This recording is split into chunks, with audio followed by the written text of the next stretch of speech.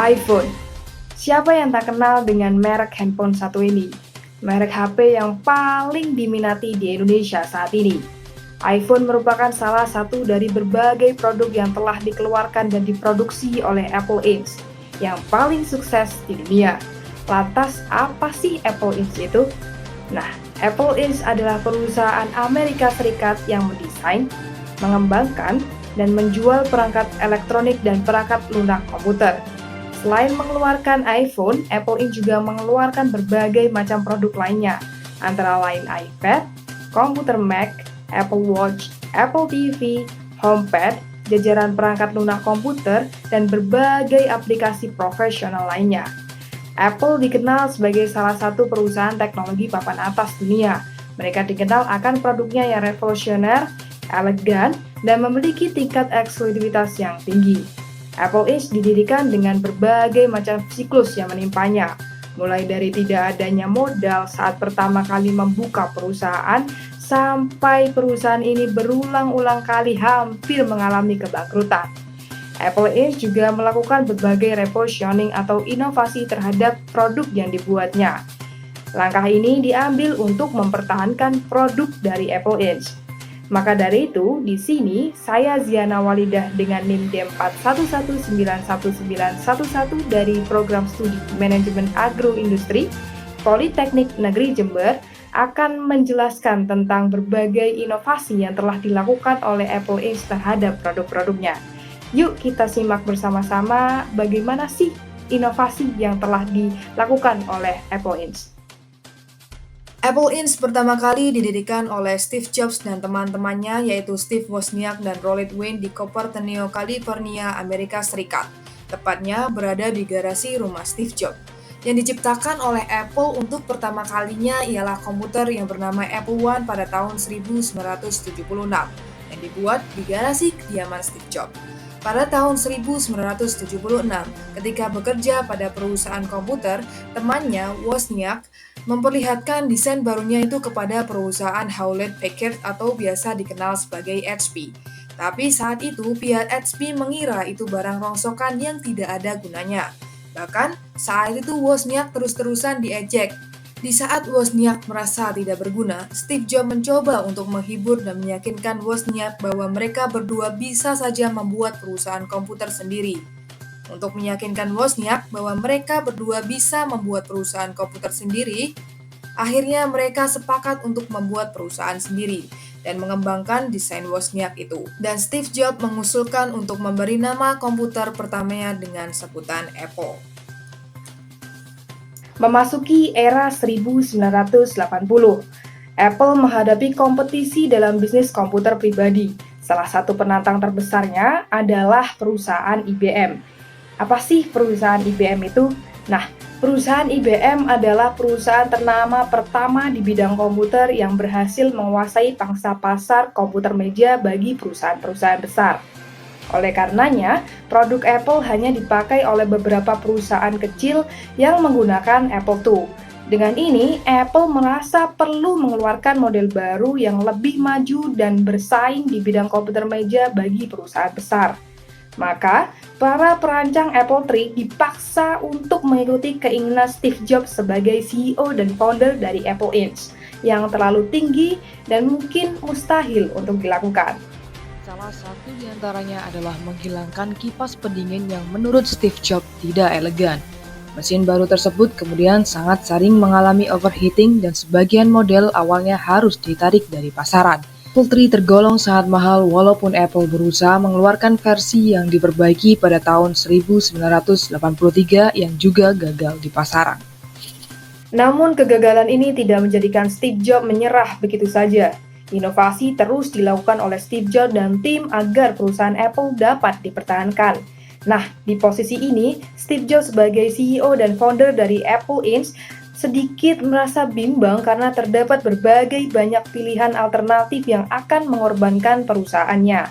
Kebimbangan Steve Jobs ini akhirnya dapat dipatahkan oleh dua orang engineer-nya dan orang-orang tersebut adalah Jeff Raskin dan Bill Atkinson. Dua orang ini membuat ide dan membuat sebuah gagasan untuk membuat regenerasi dari produk Apple sebelumnya yang diberi nama sebagai Apple Lisa. Jeff Raskin dan Bill Atkinson mencoba meyakinkan Steve Jobs untuk memberikan dukungan sepenuhnya dalam mengembangkan ide mereka. Hanya setelah mereka membawa Steve Jobs untuk melihat teknologi yang dikembangkan di Xerox PARC dalam komputer Alto pada bulan Desember 1979. Maka yakinlah Steve Jobs bahwa masa depan akan menghadirkan komputer yang grafik intensif dan icon friendly. Walaupun ide tersebut mengundang ketidaksetujuan dari para ahli riset dari PIRC. Namun, entah kenapa banyak ilmuwan PIRC yang akhirnya bekerja untuk Apple, seperti Larry Tesler. Xerox mengizinkan insinyur dari Apple untuk mengunjungi fasilitas PIRC dengan perjanjian bahwa Apple akan menjual 1 juta saham mereka sebelum perusahaan tersebut go publik dengan total harga saat itu mencapai 18 juta US dollar. Apple Lisa dilepas pada bulan Januari 1983 dengan harga 10.000 US dollar. Sekali lagi, Apple mengenalkan produk yang tergolong sangat maju pada saat itu, namun terlalu mahal. Dan sekali lagi, Apple gagal meraih pasaran yang tersedia. Akhirnya, produksi Apple Lisa pun diberhentikan pada tahun 1986. Kegagalan dari Apple Lisa membuat Steve Jobs melepas proyek ini begitu saja di tengah jalan. Kemudian, Steve Jobs mengalihkan perhatiannya kepada proyek Macintosh, yang pada awalnya dianggap sebagai sejenis Lisa yang lebih murah. Apple Macintosh diluncurkan pada tahun 1984 dengan iklan televisi berjudul 1984, novel karya George Orwell yang juga berjudul yang sama. Dengan pernyataan, On January 24, Apple Computer will introduce Macintosh and you will see why 1984 won't be like 1984. Maksud dari kata-kata tersebut adalah Macintosh yang baru akan membebaskan komputer dan informasi dari kekangan perusahaan besar dan teknokrat.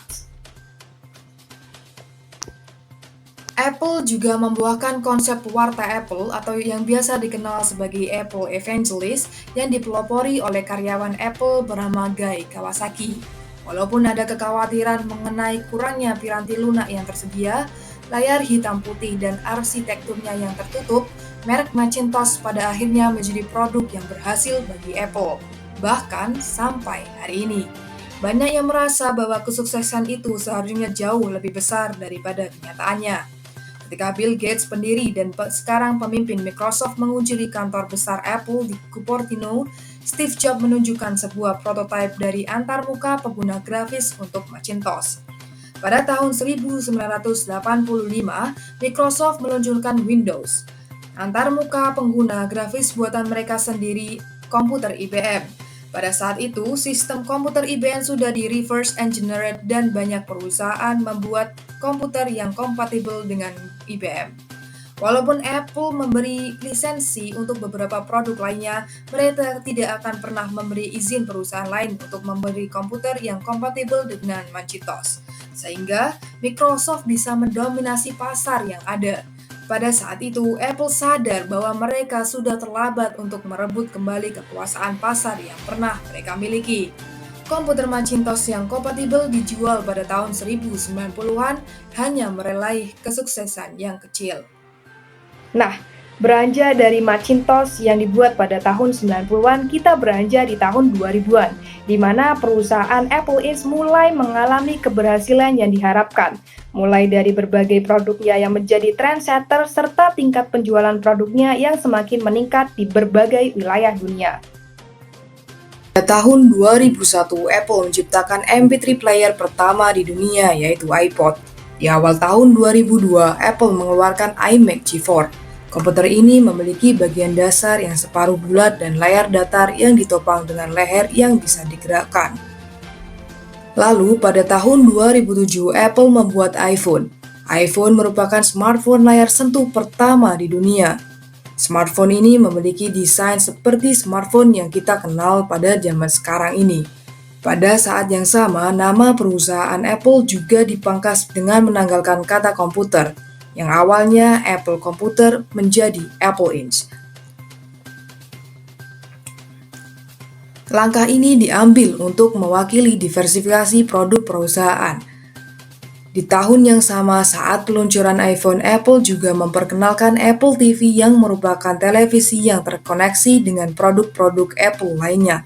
Selanjutnya, pada tahun 2010, Apple membuat iPad yang merupakan tablet pertama di dunia. We've been very lucky to have brought a few revolutionary user interfaces to the market in our time. First was the mouse. The second was the click wheel. And now we're going to bring multi-touch to the market. And each of these revolutionary user interfaces has made possible a revolutionary product. The Mac, the iPod, and now the iPhone. Inovasi-inovasi yang dilakukan oleh perusahaan Apple tidak lain tidak bukan adalah karena slogan yang mereka miliki, yaitu Think Different. Slogan ini membuat semua pekerja Apple menjadi termotivasi dan menjadikan Apple di tahun 2000-an menjadi perusahaan brand besar di dunia teknologi yang dikenal sebagai perusahaan yang kaya akan inovasi dan pencipta tren. Selain slogan, Apple juga menggelontorkan dana yang begitu besar untuk riset dan pengembangan teknologinya. Sebut saja pada tanggal 13 Maret 2013 yang lalu, Apple telah menghabiskan dana sekitar 1,119 miliar US dollar untuk riset dan pengembangan produk. Wow, fantastis bukan? Nah, hal-hal tersebutlah yang menjadikan Apple menjadi trendsetter dan dikenal sebagai perusahaan yang kaya akan inovasi. Semoga kita bisa belajar dari perusahaan Apple untuk terus berinovasi di masa yang akan mendatang. Sekian dari penjelasan saya terkait inovasi yang dilakukan oleh perusahaan untuk mempertahankan produknya. Semoga penjelasan yang telah saya berikan bisa bermanfaat dan kita bisa mengaplikasikannya di dunia yang nyata. Sekian dari saya. Wassalamualaikum warahmatullahi wabarakatuh.